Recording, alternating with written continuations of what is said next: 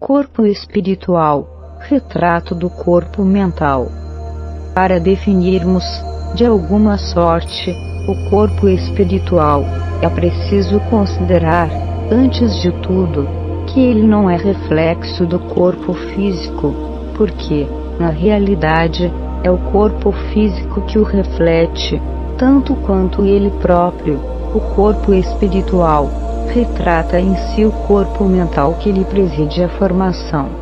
Do ponto de vista da constituição e função em que se caracteriza na esfera imediata ao trabalho do homem, após a morte, é o corpo espiritual o veículo físico por excelência, com sua estrutura eletromagnético, algo modificado no que tange aos fenômenos genésicos e nutritivos, de acordo, porém, com as aquisições da mente que o maneja. Todas as alterações que apresenta, depois do estágio berço-túmulo, verificam-se na base da conduta espiritual da criatura que se despede do arcabouço terrestre para continuar a jornada evolutiva nos domínios da experiência. Claro está, portanto, que é ele santuário vivo em que a consciência imortal prossegue em manifestação incessante, além do sepulcro, formação sutil, urdida em recursos dinâmicos, extremamente porosa e plástica, em cuja tessitura as células, noutra faixa vibratória, a face do sistema de permuta visceralmente renovado, se distribuem mais ou menos à feição das partículas coloides, com a respectiva carga elétrica, comportando-se no espaço segundo a sua condição específica, e apresentando estados morfológicos conforme o campo mental a que se ajusta. Centros vitais. Estudado no plano em que nos encontramos, na posição de criaturas desencarnadas, o corpo espiritual ou psicossoma é, assim, o veículo físico, relativamente definido pela ciência humana, com os centros vitais que essa mesma ciência, por enquanto, não pode perquirir e reconhecer. Nele possuímos todo o equipamento de recursos automáticos que governam os bilhões de entidades microscópicas a serviço da inteligência, nos círculos de ação em que nos demoramos, recursos esses adquiridos vagarosamente pelo ser, em milênios e milênios de esforço e recapitulação, nos múltiplos setores da evolução anímica. É assim que, regendo a atividade funcional dos órgãos relacionados pela fisiologia terrena, nele identificamos o centro coronário, instalado na região central do cérebro, sede da mente, centro que assimila os estímulos do plano superior e orienta a forma, o movimento, a estabilidade, o metabolismo orgânico e a vida consciencial da alma encarnada ou desencarnada, as sínotas de aprendizado que lhe corresponde no abrigo planetário.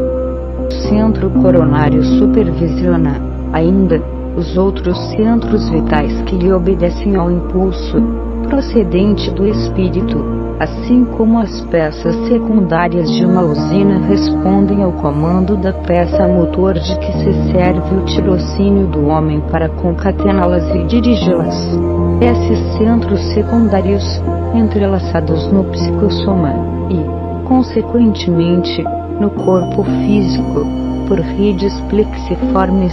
destacamos o centro cerebral contíguo ao coronário, com influência decisiva sobre os demais, governando o córtex encefálico na sustentação dos sentidos,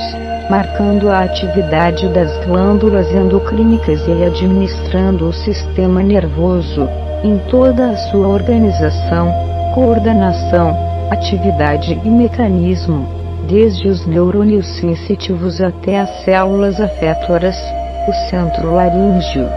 controlando notadamente a respiração e a fonação, o centro cardíaco, dirigindo a emotividade e a circulação das forças de base, o centro esplênico, determinando todas as atividades em que se exprime o sistema hemático, dentro das variações de meio e volume sanguíneo, o centro gástrico, responsabilizando-se pela digestão e absorção dos alimentos densos ou menos densos que, de qualquer modo, representam concentrados fluídicos penetrando-nos a organização, e o centro genésico, guiando a modelagem de novas formas entre os homens ou o estabelecimento de estímulos criadores, com vistas ao trabalho, à associação e à realização entre as almas. Centro coronário. Temos particularmente no centro coronário o ponto de interação entre as forças determinantes do espírito e as forças fisiopsicossomáticas organizadas. Dele parte, desse modo, a corrente de energia vitalizante formada de estímulos espirituais com ação difusível sobre a matéria mental que o envolve, transmitindo aos demais centros da alma os reflexos vivos de nossos sentimentos, ideias e ações, tanto quanto esses mesmos centros, interdependentes entre si, imprimem semelhantes reflexos nos órgãos e demais implementos de nossa constituição particular, plasmando em nós próprios os efeitos agradáveis ou desagradáveis de nossa influência e conduta.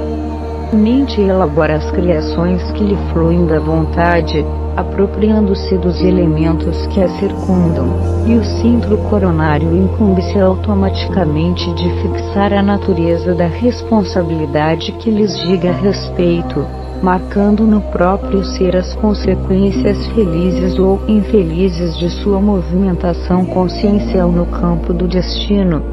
Estrutura mental das células.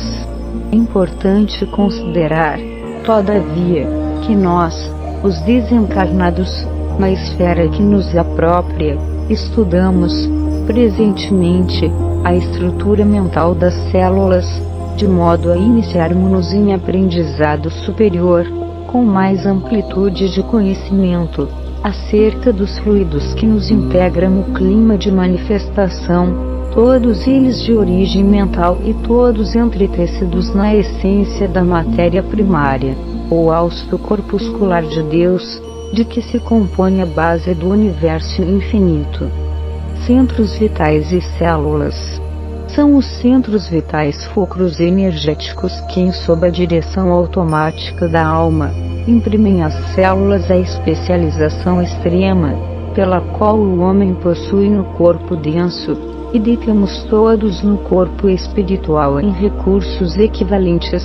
as células que produzem fosfato e carbonato de cálcio para a construção dos ossos, as que se distendem para a recobertura do intestino, as que desempenham complexas funções químicas no fígado, as que se transformam em filtros do sangue na intimidade dos rins e outras. Tantas que se ocupam do fabrico de substâncias indispensáveis à conservação e defesa da vida nas glândulas, nos tecidos e nos órgãos que nos constituem o cosmo vivo de manifestação. Essas células que obedecem às ordens do espírito, diferenciando-se e adaptando-se às condições por ele criadas, procedem do elemento primitivo, comum, de que todos provimos em laboriosa marcha no decurso dos milênios, desde o seio tépido do oceano, quando as formações protoplásmicas nos lastrearam as manifestações primeiras, tanto quanto a célula individual, a personalizar-se na ameba, ser unicelular que reclama ambiente próprio e nutrição adequada para crescer a reproduzir-se, garantindo a sobrevivência da espécie no oceano em que respira, os bilhões de células que nos servem ao veículo de expressão, agora domesticadas, na sua quase totalidade em funções exclusivas, necessitam de substâncias especiais, água, oxigênio e canais de exoneração excretória para se multiplicarem no trabalho específico que nosso espírito traça, encontrando, porém, esse clima, que lhes é indispensável, na estrutura aquosa de nossa constituição fisiopsicossomática, a expressar-se nos líquidos extracelulares, formados pelo líquido intersticial e pelo plasma sanguíneo. Exteriorização dos centros vitais. Observando o corpo espiritual ou psicossoma, desse modo, em nossa rápida síntese, como veículo eletromagnético, qual o próprio corpo físico vulgar, reconhecermos facilmente que, como acontece na exteriorização da sensibilidade dos encarnados, operada pelos magnetizadores comuns, os centros vitais a que nos referimos são também exteriorizáveis, quando a criatura se encontre no campo da encarnação. Fenômeno esse a que atendem habitualmente os médicos e enfermeiros desencarnados, durante o sono vulgar, no auxílio a doentes físicos de todas as latitudes da Terra, plasmando renovações e transformações no comportamento celular, mediante intervenções no corpo espiritual, segundo a lei de merecimento, recursos esses que se popularizarão na medicina terrestre do grande futuro. Corpo espiritual depois da morte. Em suma, o psicossoma é ainda corpo de duração variável, segundo o equilíbrio emotivo e o avanço cultural daqueles que o governam, além do carro fisiológico, acrescentando algumas transformações fundamentais, depois da morte carnal, principalmente no centro gástrico, pela diferenciação dos alimentos de que se provê, e no centro genésico, quando a sublimação do amor, na comunhão das almas que se reúnem no matrimônio divino das próprias forças, gerando novas fórmulas de aperfeiçoamento e progresso para o reino do Espírito. Esse corpo que evolve e se aprimora nas experiências de ação e reação, no plano terrestre e nas regiões espirituais que lhe são fronteiriços, é suscetível de sofrer alterações múltiplas, com alicerces na dinamia proveniente da nossa queda mental no remorso, ou na hiperdinamia imposta pelos delírios da imaginação, a se responsabilizarem por disfunções inúmeras da alma, nascidas do estado de hipo e hipertensão no movimento circulatório das forças que lhe mantêm o organismo sutil, e pode também desgastar-se, na esfera imediata à esfera física, para nela se refazer, através do renascimento, segundo o molde mental preexistente, ou ainda restringir-se a fim de se reconstituir de novo, no vaso uterino, para a recapitulação dos ensinamentos e experiências de que se mostre necessitado, de acordo com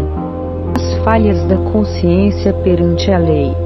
Outros aspectos do psicossoma examinaremos quando as circunstâncias nos induzam a apreciar-lhe o comportamento nas regiões espirituais vizinhas da Terra, dentro das sociedades afins, em que as almas se reúnem conforme os ideais e as tarefas nobres que abraçam, ou segundo as culpas dilacerantes ou tendências inferiores em que se sintonizam, geralmente preparando novos eventos, alusivos às necessidades e problemas que lhes são peculiares nos domínios da reencarnação imprescindível.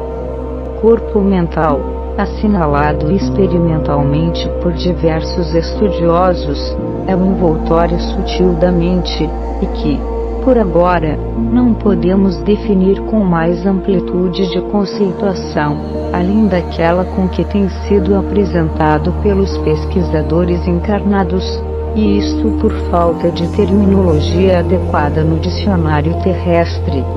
Nota do autor espiritual.